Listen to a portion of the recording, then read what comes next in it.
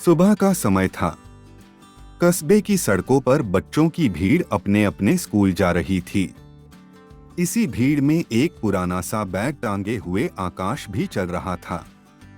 उसके साथ उसका पिता शंकर था, फटे पुराने कपड़े, थके चेहरे पर मुस्कान लिए। शंकर गरीब मजदूर था, लेकिन उसने अपने बेटे से हमेशा कहा था, बेटा, चाहे जैसे भी हालात हों, तुझे पढ़ाकर बड़ा आदमी बनाऊंगा। स्कूल पहुंचते ही बच्चों के पेरेंट्स गाड़ियों में आते जाते, लेकिन शंकर हमेशा बेटे का हाथ पकड़कर पैदल स्कूल आता था।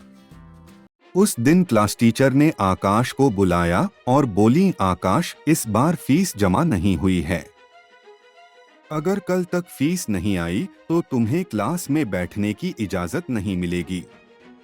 आकाश चुप रहा, पिता का चेहरा देख रहा था। शंकर ने बेटे के कंधे पर हाथ रखकर कहा, बेटा, चिंता मत कर, कल तक पैसे हो जाएंगे। लेकिन सच यह था कि शंकर की जेब में सिर्फ 50 रुपए थे, जबकि फीस 2000 रुपए थी। वह दिन भर दिहाड़ी करने निकला, पर काम नहीं मिला। रात को उसने बेटे को सुलाया और चुपचाप गांव की सड़क पर निकल गया।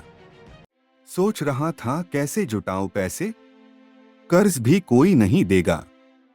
शंकर की आंखों में आंसू आ गए। एक तरफ उसका बेटा, दूसरी तरफ किसी और का भविष्य। सुबह होते ही वह बैग लेकर स्कूल पहुंचा।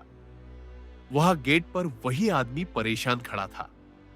शंकर ने बैग लौटाते हुए कहा, भाई, ये तुम्हारे बेटे की फीस के पैसे होंगे, मैंने सड़क पर पाया था। वो आदमी भावुक होकर बोला, भाई, आपने मेरे बेटे की जिंदगी बचा ली।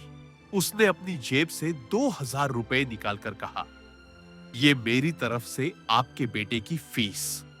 आज आपने मेरा बेटा बचाया, मैं आपका बेटा बचाता हूं। शंकर की आंखें भर आईं।